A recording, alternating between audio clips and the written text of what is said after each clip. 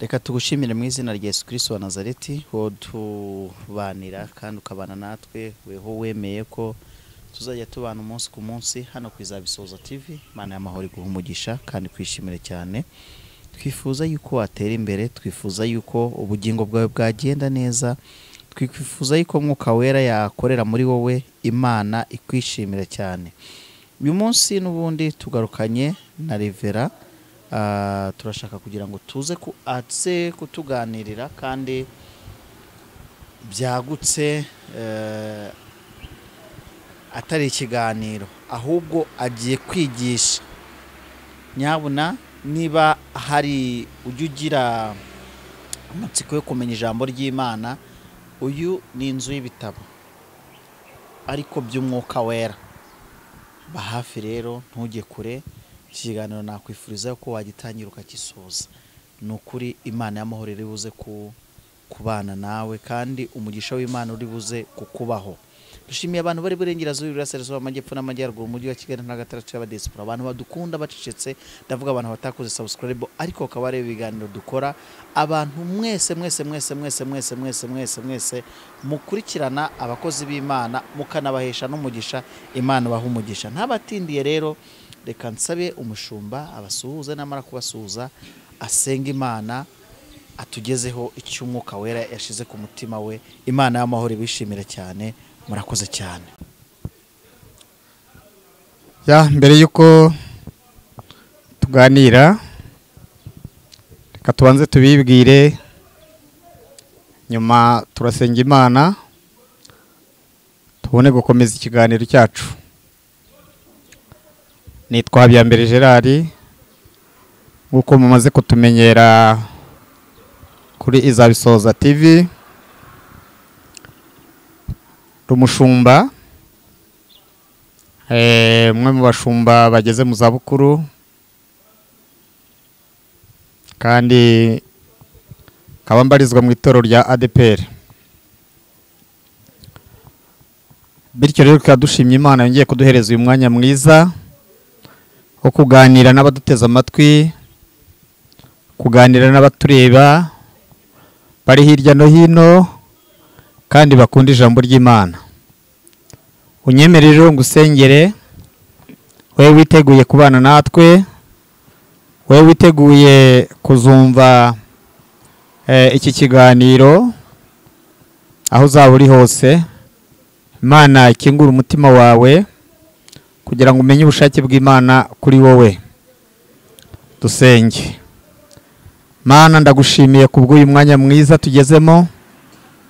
Turagushimiye kuko twitayeho kandi udukunda kandi umugambi wawe ari mwiza kuri twebwe.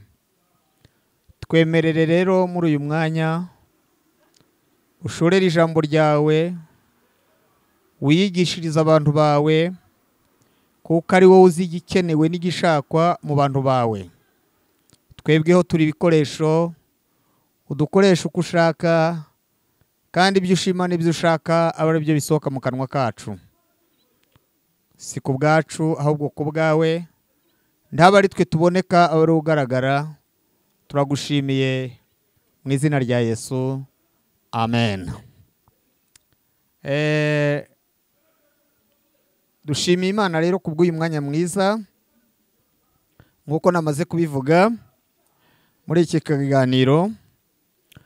Munyemerere tubanze dusome ijambo ry'Imana, mbone kubabwira insanganyamatsiko cyangwa umutwe w'ijambo rigize iki kiganiro cyacu.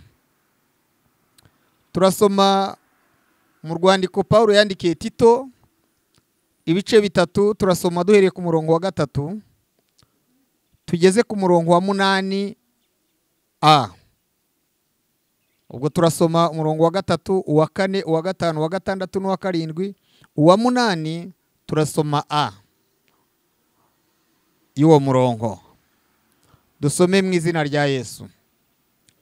Kuko natwe kera twarabapfapfa tutumvira kandi tuyobagurika, turi mu bubata bw'irari ribi binezeza, turi mu bubata bw'irari ribi n'ibinezeza bitari bimwe, duhora tugira igomwa n'ishyari, turi abo kwangwa urunuka natwe twangana. Nyamara kugira neza kw'Imana umukiza wacu n'urukundo ikunda abantu bibonetse, iradukiza itabitewe n'imirimo yo gukiranuka twakoze, ahubwo kubw'imbabazi zayo idukirisha kuhagirwa, ari nako kubyarwa ubwa kabiri, ikadukirisha no guhindurwa bashya n'umwuka wera, uwo yahaye Yesu Kristo umukiza wacu kuducuncumuriraho cyane, kugira ngo dutsindishirizwe n'ubuntu bwayo, duhere ko tube abaragwa, dufite ibyiringiro byo kuzahabwa ubugingo buhoraho. Iryo jambo ni iryo kwizerwa. Amen. Muri aya magambo tumaze gusoma harimo insanganyamatsiko w'ikiganiro cyacu. Nateguye ko tuganira ijambo rivuga ngo inzira y'agakiza. Inzira y'agakiza, ikintu cyose kigira inzira gicamo kugira ngo kigerweho. Ikintu cyose umuntu ageraho aba yateguye inzira yo kukigeraho. Iyi nzira y'agakiza nk'uko maze kubivuga ntabwo ari inzira y'umuntu. Imana ubwayo niyo yaciye iyo nzira. Iyo twiga mu iyobokamana, iyo twiga ijambo ry'Imana, iyo twigishwa ibyanditswe byera, dusanga inzira y'agakiza Imana ubwayo niyo yayitangije. Yaciye mu nzira z'amategeko, Imana ica mu nzira z'ibitambo, Imana ica mu nzira z'abahanuzi n'ubuhanuzi, noneho ica mu nzira y'umwana wayo. Ijambo ry'Imana riravuga ngo abahanuzi bavuze ibyako gakiza katarabaho. Ijambo ry'Imana riratubwira ngo nta yindi nzira abantu bahawe, nta rindi zina abantu bahawe bashobora gukirizwamo uretse izina rya Yesu. Mu rwandiko rwa mbere rwa Timoteyo ibice 2:4-5 haravuga ngo ishaka ko abantu bose bakizwa bakamenya ukuri, kuko umuhuza w'abantu n'Imana n'umwe niwe Yesu Kristo. Pawulo arongera aravuga mu Baroma ibice 3:23 ngo kuko bose bakoze ibyaha ntibashyikira ubwiza bw'Imana. Niyo mpamvu Imana yateguye inzira y'agakiza.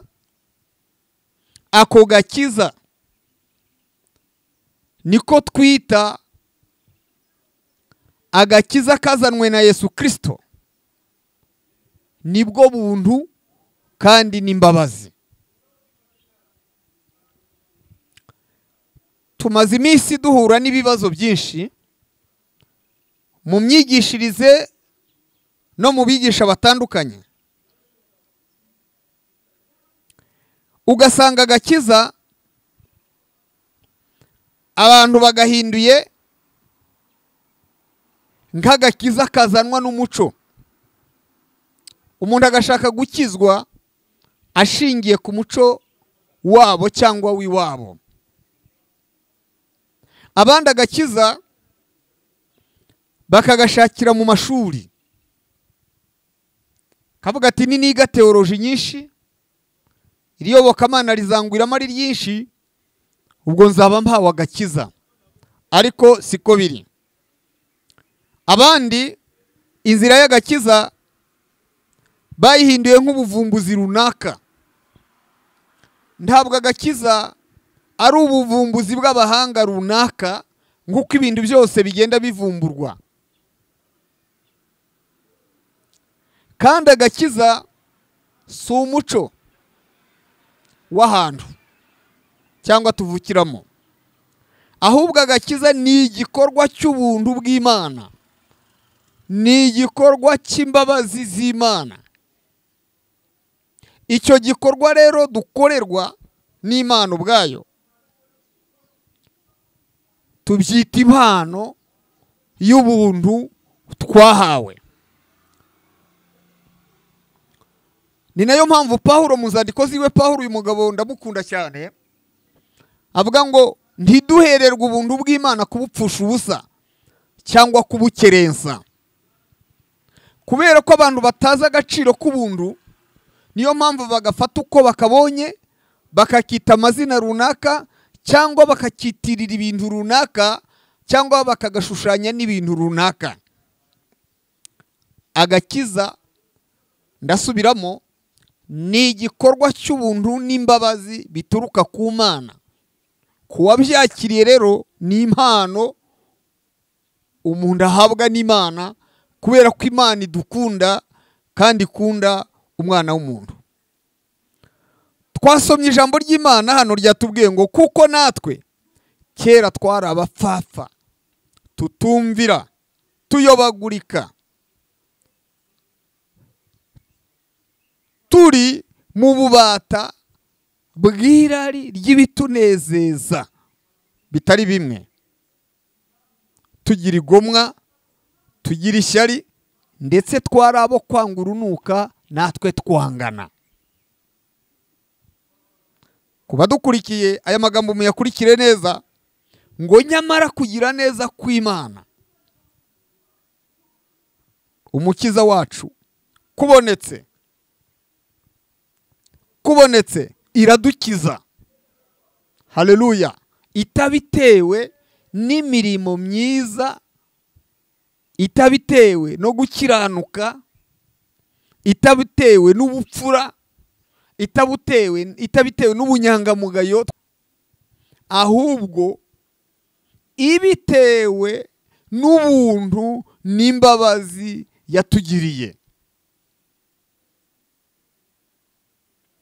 Idukirisha kuhagirwa ariko kubyarwa ubwa kabiri.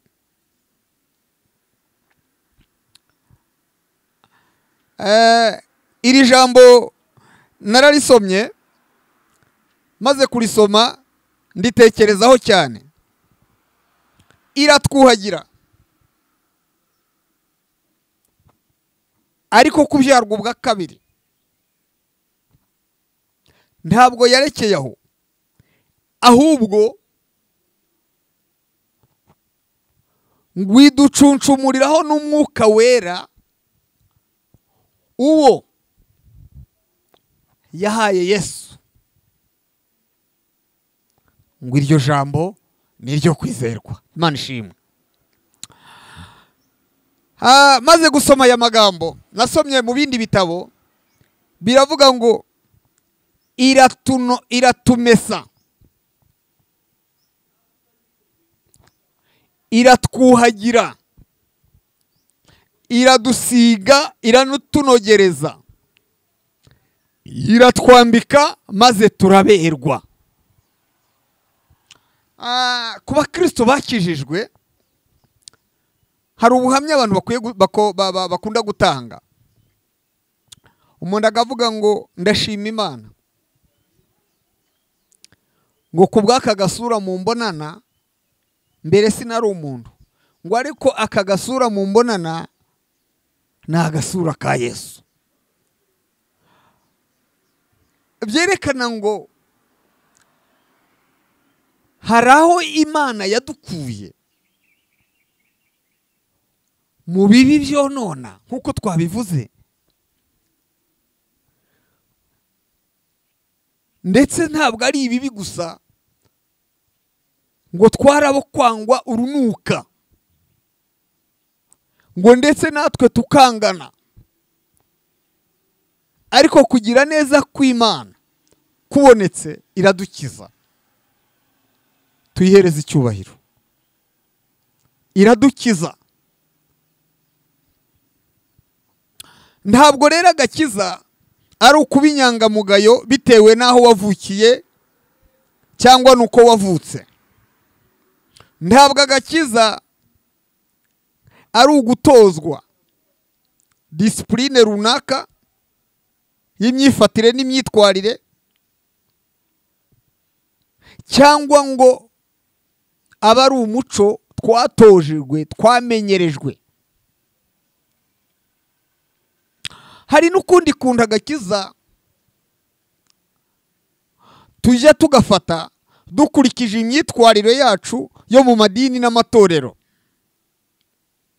tukagira umwifato n'imvugo, ibyo tukabihindura nk'agakiza dukurikije aho turi n'aho dusengera. Ariko ntabwo ariko gakiza, ahubwo agakiza kazanwa no kwize no kumva. Ukizera, ukuhagirwa, ukatura, ugahinduka mushya, ugahindukira ukaba uwo utari we, ariko ugahinduka imbere n'inyuma. Agakiza rero ni igikorwa gukora imbere ahataboneka, imbere mu mutima no mu bitekerezo byawe tutareba, ariko kakagaruka kagakora no ku mubiri. Ndaje kubigarukaho nitugera hepfo. Kugera rero ku gakiza gashyitsi, ibyo twita losari absolue. Nk'uko namaze kubavuga rero, iyo umaze kumva ukizera, kuko kwizera kuzanwa no kumva, kumva kugaheshwa n'ijambo ry'Imana. Iyo umaze kumva ukizera, urihana ukatura. Mu nyigisho za Yesu abwiriza ubutumwa bwiza, niryo jambo rya mbere yahereyeho, abwira abantu ngo mwihane, ubwami bw'Imana buri hafi. Mutunganye inzira z'Uwiteka, mugorere inzira ze. Ubwo ni ubutumwa bwa Yohana Umubatiza, ubwo ni ubutumwa bwa Yesu Kristo, ni nabwo butumwa bw'itorero. Noneho rero, iyo umaze kwihana ukatura no guhinduka, ugahindukira ukaba uwo utari we, uba utangiye urugendo rw'agakiza. Ntabwo umuntu akizwa rimwe cyangwa akizwa umunsi yapfukamye gusa, ahubwo aba atangiye urugendo, inzira y'agakiza.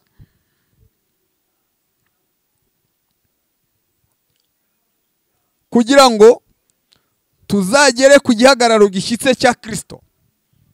Usomye Abefesi ibice 4 umurongo wa 13, haratubwira ngo kugira ngo tushyike ku gihagararo gishyitse cya Kristo. Kuvuga rero ngo dutangiye urugendo. Agakiza ni urugendo, ni inzira tuba dutangiye yo gukizwa.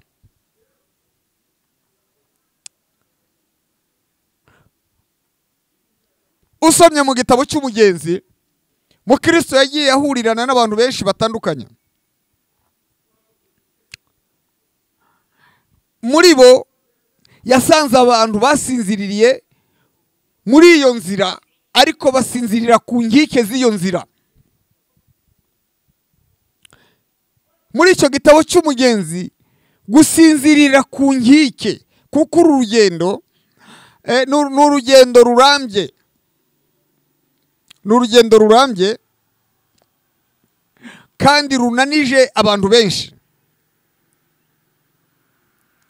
Muri bo rero bamwe basinziriye ku nkike. Aho izo nkike rero abantu basinziriyeho ni hehe? Muri iyo nzira y'agakiza. Gusinzirira ku nkike bivuze iki? Umuntu ari gukizwa, yinjiye mu itorero, yamara kubatizwa akumva ageze yajya, agahita ataruka akajya muri korali, akumva ibintu biratunganye, ndetse akarwana akaba n'icyo agomba kuba cyo mu nzego z'itorero akumva ahagarariyeho agasinzirira akagira ngo yashyitse ku gakiza. Oya, agakiza ni urugendo kugeza ubwo tuzagera ku gihagararo gishyitse cya Kristo, kuko aho niho dusiganirwa kugera, aho niho tumaranira kugera, kugeza ubwo tuzagera ku gihagararo gishyitse cya Kristo. Muri iyi nzira rero y'agakiza, usomye mu gitabo cy'umugenzi nk'uko nakubije kubivuga, naragisomye nsanga mu Kristo yarahuye n'abantu 33. Muri abo 33 yahuye nabo, abayifatanije nabo mu rugendo bari 3. N'uwitwa mubwirizabutumwa ari nawe muyoboraga icyaguye gukora n'aho akwiye kujya, n'uwitwa mwizerwa na byiringiro. Ariko abandi bose mwamwishakira indamu n'abamwikirisha amategeko bari abagenzi bamuyobora inzira nabo batanyuzemo bakamuyobya. Akaga ko muri iyi nzira y'agakiza ni ukuyiyoborwamo n'umuntu nawe utarayinyuramo, kubera ko yayobye nawe warakuyobya. Waba uri kujya Gikondo akakwereka ko ugomba kunyura Gitega, kubera ko nta yindi nzira azi, aho naho niwe cyerekezo cyiwe yanyuze. Noneho akakuyobora inzira yo kuyoba, ukayobagurika, kuko nawe iyo nzira ntayizi, ntiyayigezemo. Niyo mpamvu kenshi na kenshi iyo yabaga yahuraga na mubwirizabutumwa akamubwira ati ese nkurangira kuki utumvise neza? Iyi nzira y'agakiza kugira ngo umenye kuyirimo, dore irembo rirasukirwaho, ahari agatara kaka, ahari urumuri. Wakwibaza tese impamvu kunyigisha ari nyinshi, mushumba kuki wateguye izi nyigisho zitwa inzira y'agakiza? Impamvu nateguye izi nyigisho cyangwa iki kiganiro cyitwa inzira y'agakiza, nuko nasanze iyi nzira abantu benshi bayiruhiyemo, kandi abandi bari kuyishuka ngo bayirimo kandi batayirimo. Abandi bari kugenda bayobagurika, kandi muri uko kuyoba bakayobya n'abandi. Muri iyi minsi dufite inyigisho nyinshi zimaze kwaduka, cyane cyane hari inyigisho zitwa ubuntu.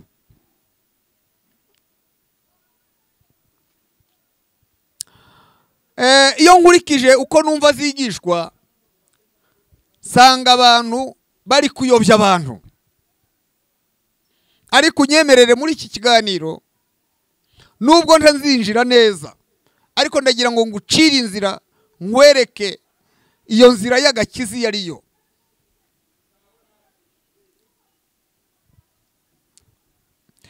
Muri iyo nzira turasanga ibintu 3.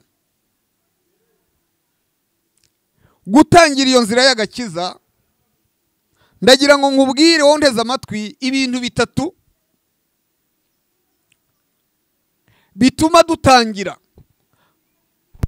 byerekana uri muri urwo rugendo cyangwa uri muri iyo nzira. Ibyo bintu 3 nabyise inyabutatu. Iyo habuzemo kimwe nta gakiza gahari. Muri ibyo bintu 3, iyo habuzemo kimwe nta gakiza gahari, nta n'inzira y'agakiza urimo.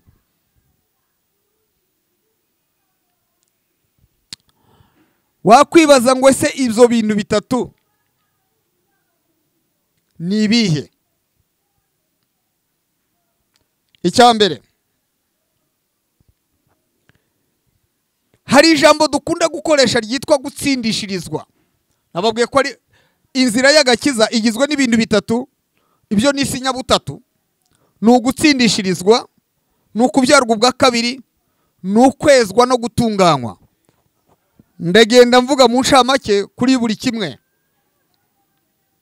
icyo nakwita nka definisiyo ya buri kimwe kimwe, kugira ngo nkwereke itandukaniro ry'ibi bintu bitatu naho bihurira kugira ngo bibyare agakiza.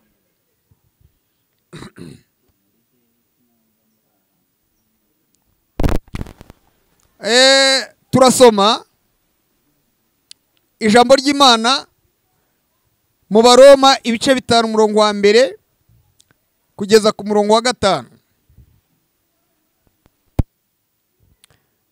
Iryo jambo riravuga ngo nuko ubwo twatsindishirijwe no kwizera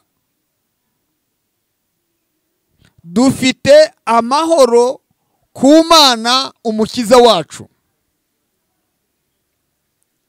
kandi uko kwizera twizeye kuduhesha kwihangana, bigatuma twishimira mu makuba yacu, kuko amakuba duhura nayo adutera kwihangana, kwihangana kukazana kunesha ibigeragezo.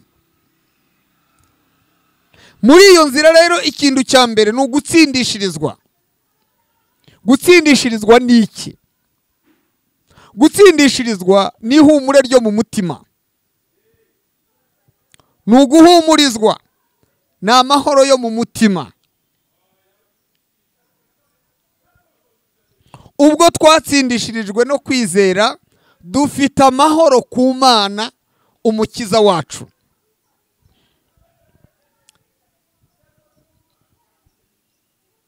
Nkunze kwibanda ku gitabo cy'Umugenzi. Mukristo amaze kugera ku irembo risarasukirwaho, ari naho tangiriro ry'urugendo rwe. Yahuye ageze aho kuri uwo musozi, aho itara ryamurikaga, yarangiwe n'umubwirizabutumwa aramubwira ngo kwa kariya gasozi hari umucyo, hari itara, niho uri buruhukire, niho ubonera ibikugirira umumaro. Ngo ahageze ngo ahasanga igiti cy'umusaraba. Kuri uwo musaraba ngo ahasanga abagabo batatu. Uwa mbere ngo aramuhumuriza, aramubwira ngo ibyaha byawe urabibabariwe.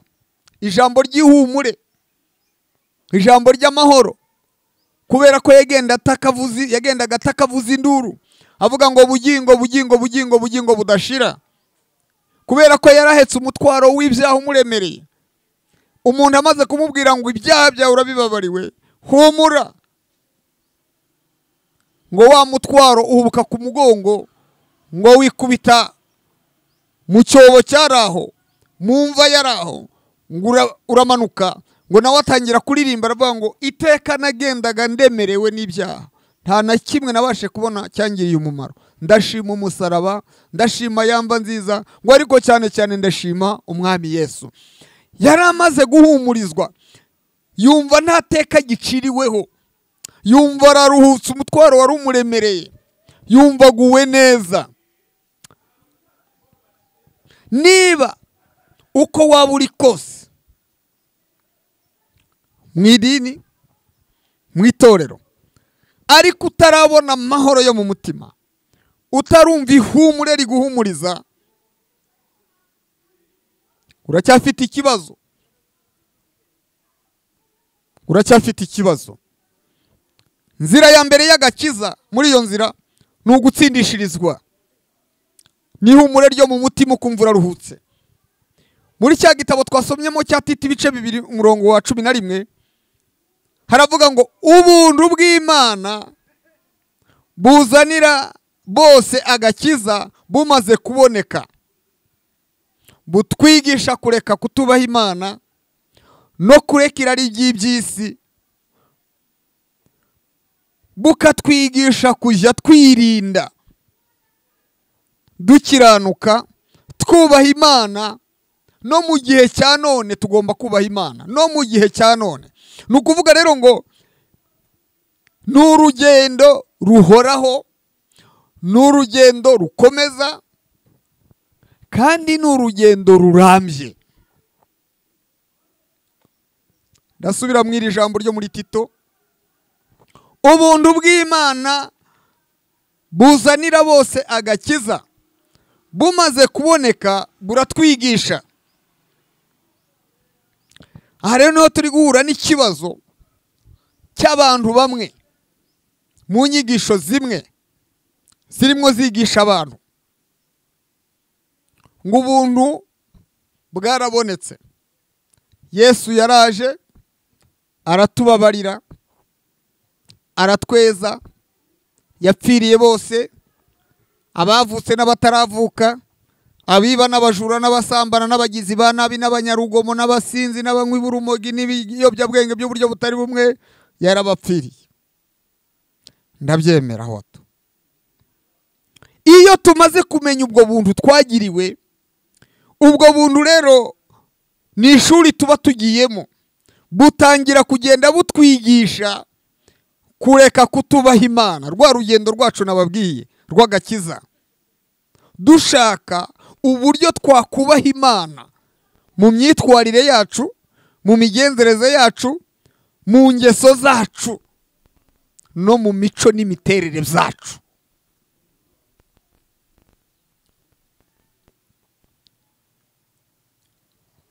Butwigisha kureka irari ry'iby'isi,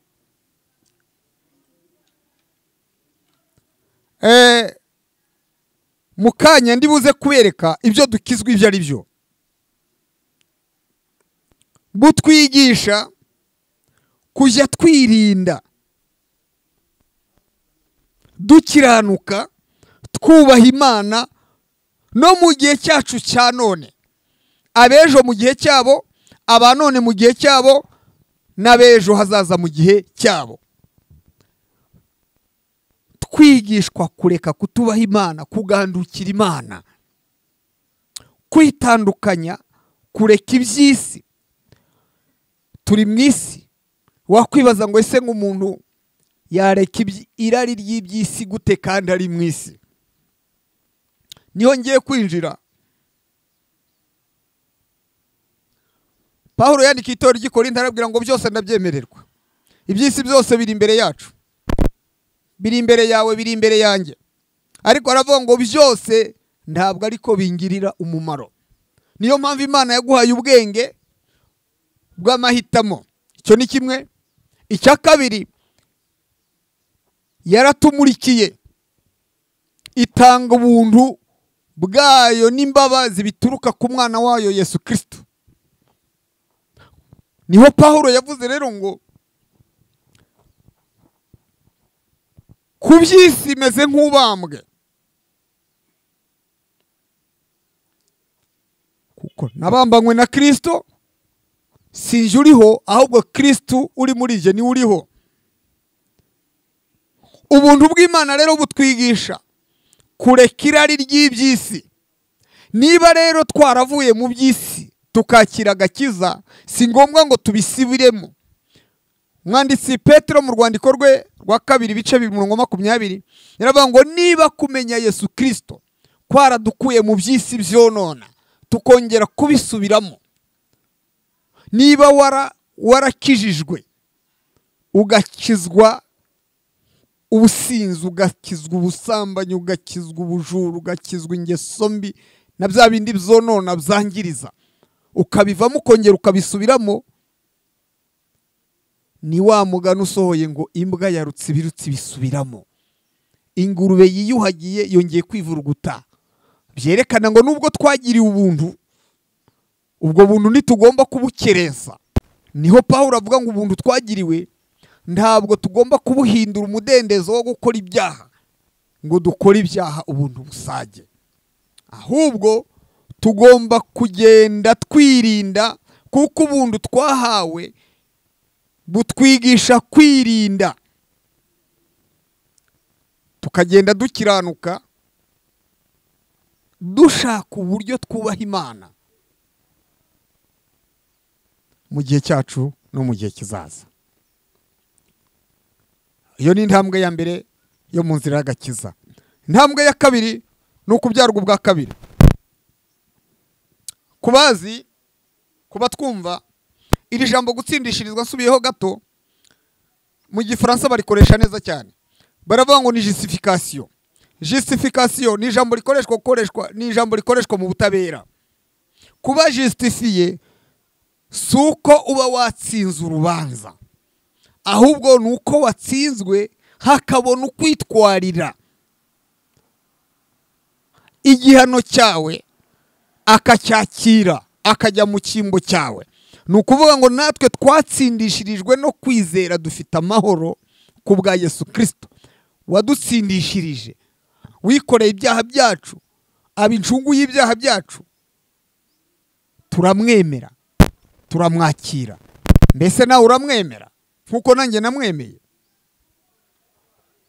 Icya kabiri rero, nkuko nari maze kubivuga, ni ukubyarwa ubwa kabiri muri ya nyabutatu. Kubyarwa ubwa kabiri ibyo ni iki? Bisobanura iki? Mu gifaransa baravuga ngo ni né de nouveau,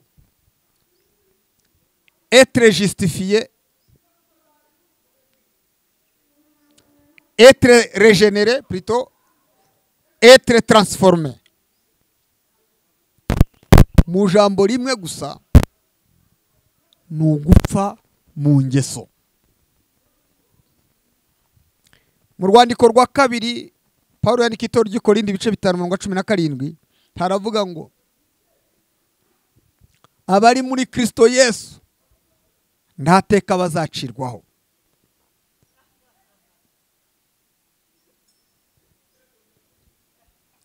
Nta teka tuzacirwaho kubera ko uri muri Kristo Yesu yabaye icyaremwe gishya, yaravutse, yarahindutse.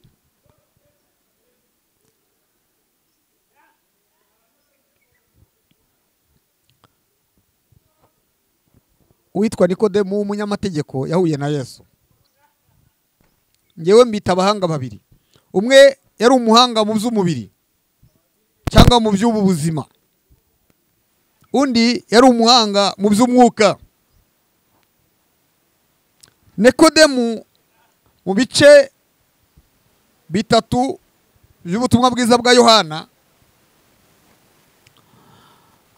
Nikodemu yaje aca bugufi, aramubwira ngo mwigisha, tuzi yuko nta muntu wakora nk'ibyo ujya ukora ataravuye ku Mana.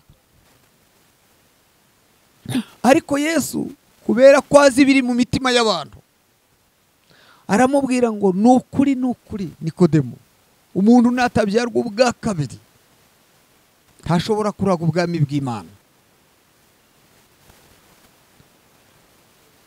Muri rwa rwandiko rwa Tito twasomye ngo idukirisha kuhagirwa ariko kubyarwa ubwa kabiri.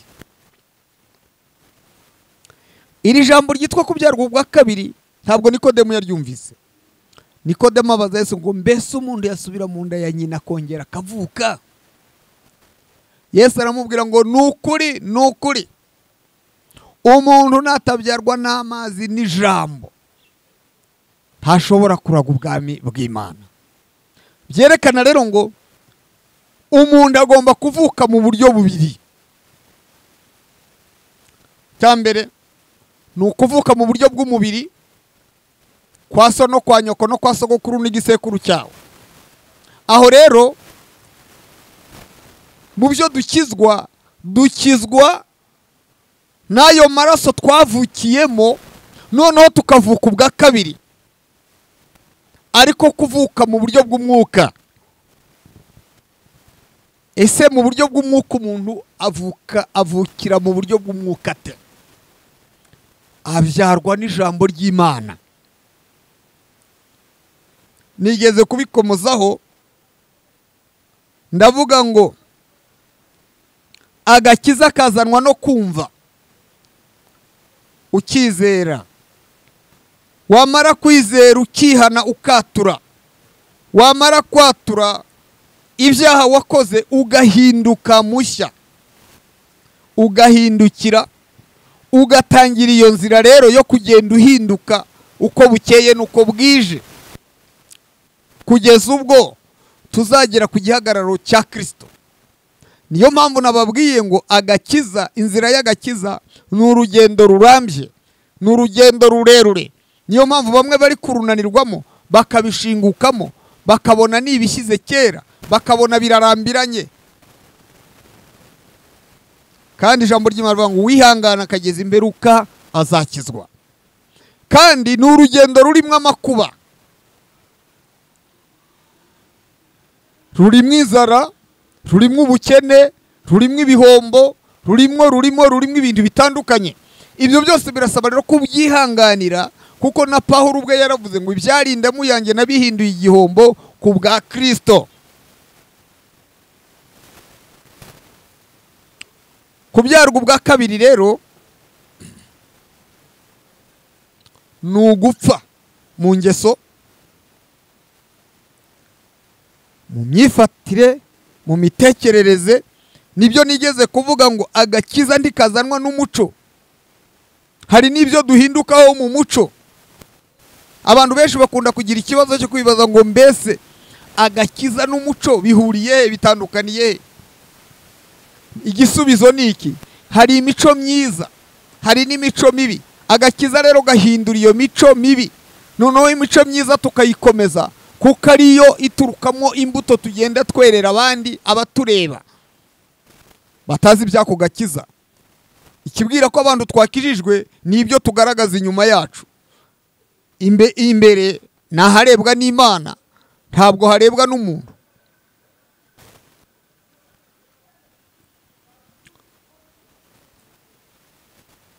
Mu rwandiko rwa kabiri Pawulo yandikiye itorero ry'i Korinto n'ubundi ibice 5:15 haravuga ngo kuko uwo yapfiriye bose kugira ngo abariho be gukomeza kubaho ku bwabo babeho ku bw'uwo wabapfiriye.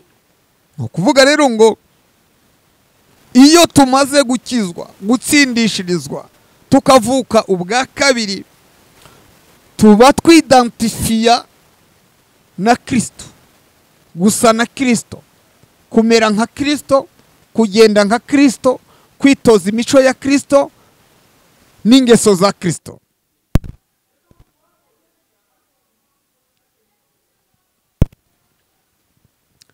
Abantu benshi inzira y'agakiza bayihinduye inzira yo kuba mu itorero. Umuntu akabona ageze mu rusengero, akabona akoreweho ya mihango y'urusengero, akumva agakiza yakagezemo. Ariko ndagira ngo nkubaze ngo wikwishuka, ahubwo banza urebe ngo mbese hari icyo nakiriye, icyo nakiriye cyazanye impinduka mu bugingo bwanjye.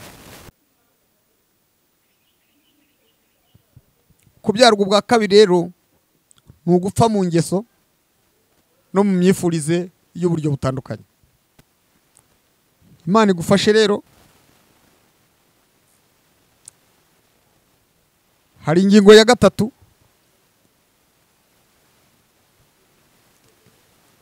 kuko nababwiye ngo inzira y'agakiza ni inyabutatu, habuzemo kimwe nta gakiza. Icya gatatu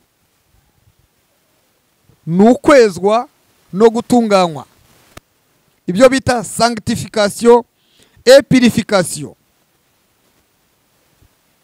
Kwezwa no gutunganywa imbere n'inyuma.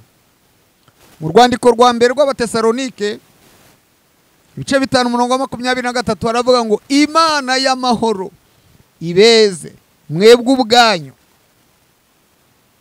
n'ubugingo bwanyu n'umwuka wanyu, birindwe n'imibiri yanyu, birindwe bitazabonekaho umugayo.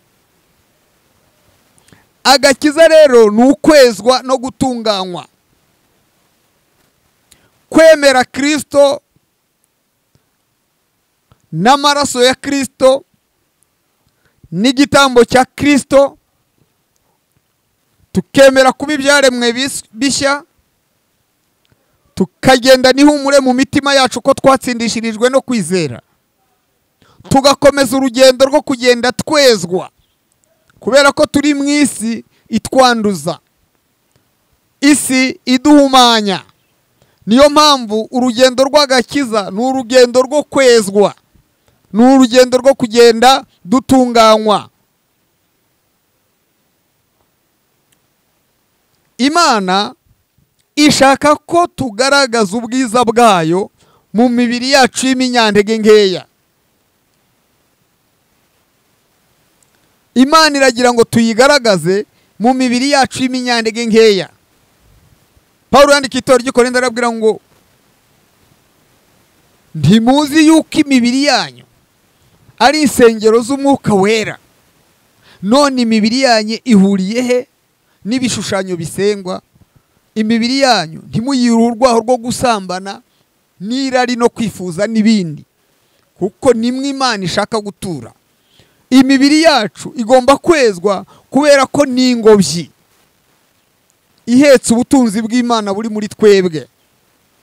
Pawulo arabivuga ngo icyo kibitsanyo twahawe tukirindisha Umwuka Wera, kandi twabonye mu gakiza duhabwa ko tugomba kugenda twirinda twubaha Imana.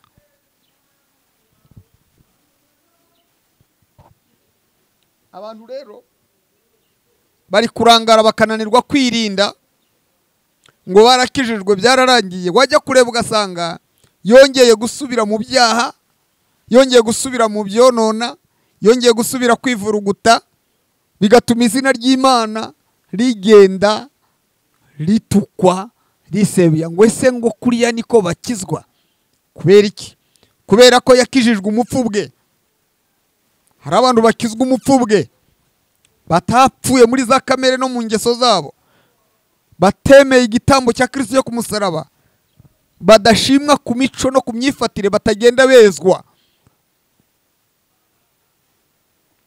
Ariko ndagira ngo nkubwire ngo inzira y'agakiza igizwe n'inyabutatu: gutsindishirizwa, kubyarwa ubwa kabiri, kwezwa no gutunganywa kandi bya buri munsi. Iyo nyabutatu rero niyo igize agakiza. Nirwo rugendo dufite, nirwo rugendo turimo, tugenda dukirana buri munsi.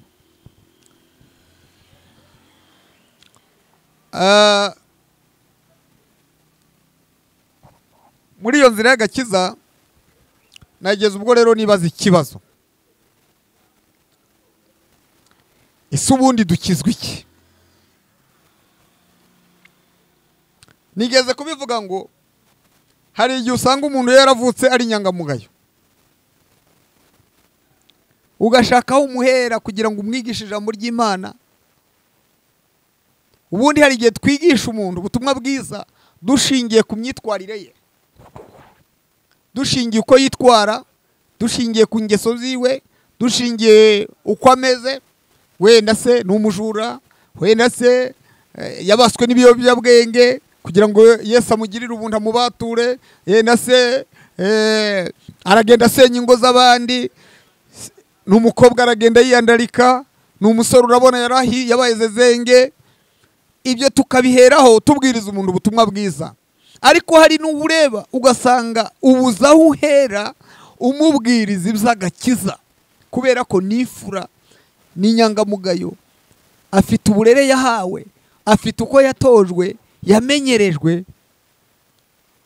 Ariko ibyo ntibisobanuye ngo urakijijwe. Twasomye ijambo ry'Imana mu Baroma ibice 3 rivuga ngo bose bakoze ibyaha ntibashyikira ubwiza bw'Imana. Ibyo dukizwa rero nibyo ngira ngo ngubwire. Ndavuga ibintu bitatu. Icya mbere,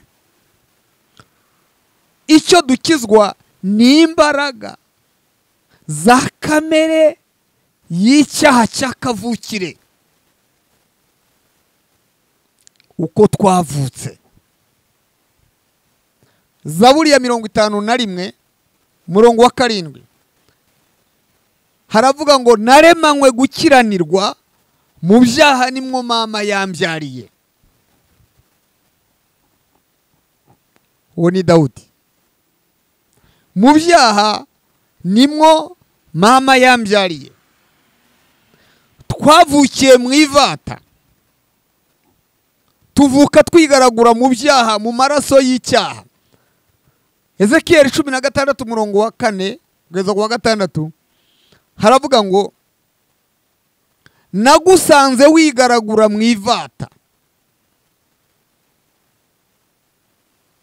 nta n'umwe ukureba, ariko ndebye mbona utari uwo kubaho, ariko ndavuga ngo baho nubwo utari ukwiriye kubaho. Ni ukuvuga rero ngo rya jambo riragarutse ry'Imana, wa mumaro w'ijambo ry'Imana uragarutse. Imana iravuga ngo baho nubwo utari uwo kubaho. Nyumve neza, baho nubwo utari uwo kubaho. Umugambi w'Imana no kugira ngo ubeho. Ni nayo mpamvu uyu munsi wa none nifuje kukuganiriza, kukurarika, kugusaba kwishyira ku munzani, utaburi kwishuka kuri mu nzira y'agakiza, utari buguhuzagurika wibaza ngo mbese nakizwa nte. Ibyo dukizwa rero cya mbere ni imbaraga za kamere y'icyaha, ibyo wivurugutamo, ibyo wigaraguramo. Mu gusoza, icya kabiri ni irari no kwifuza by'umubiri birwanira mu mutima wawe, birwanira mu bugingo bwawe. Hari irari ry'umubiri, ibyo turwana byose, ibyo duhurirana nabyo ni irari ry'ibyisi, ni irari rya kamere y'umubiri tugenda turwana nabyo, ukananirwa kwihanganira umubiri wawe, ukawuha urwaho wo gukora ibyo ushaka byonona, byangiriza. Ni naho bamwe bari gukura indwara za sida n'ibindi, kubera ko bananiwe kurinda imibiri yabo no kwifuza kw'imibiri yabo. Icya gatatu ni ibyo tugenda twanduzwa mu miryango tuvukamo, aho twavukiye, aho dukomoka, aho dukurira, aho Bibiliya ivuga ngo inshuti mbi zonona ingeso. Abo ubamo nabo barakwanduza. Ibyo twita za karande zo mu miryango, Abakolosayi 2:8, imivumo, imitongero, imihamuro, imigenzo n'imiziririzo n'ibindi byo zose. Ibyo rero nibyo dukizwa, nibyo Yesu byazanye Yesu. Hari igihe ugira gutyo ukajya wumva ngo uriya muryango ngo ni umuryango ngo w'abajura gusa, ngo ni umuryango ngo wabicanyi, ugasanga uri muri za karande zibikomoka mu muryango iwanyu, uko iwanyu babayeho nuko bavutse bakabikwita, nawe bikakugendaho. Niyo mpamvu ukwiye gukizwa za kamere na za karande zo mu miryango, na bya bindi twita imivumo n'imitongero bitugendaho. Ariko iyo tugeze muri Kristo Yesu tuba duhindutse kuba ibyaremwe bishya. Ndakuraritse, ndakwinginga ngo iri jambo ryumve neza kandi uryakire neza, ko ubutumwa bwiza twakuzaniye uyu munsi wa none. Aho uri, ahari uragoswe, urasumbirijwe, ariko iyi niyo nzira y'agakiza, nta yindi nzira ihari n'iyi ngiyi. Ubutaha tuzareba udukiza ninde n'icyo adukirisha icyo ari cyo. Imana ibahe umugisha mu izina rya Yesu, amen. Mana, turagushimiye kubwira ijambo. Iri jambo ni iryawe, si ry'umuntu.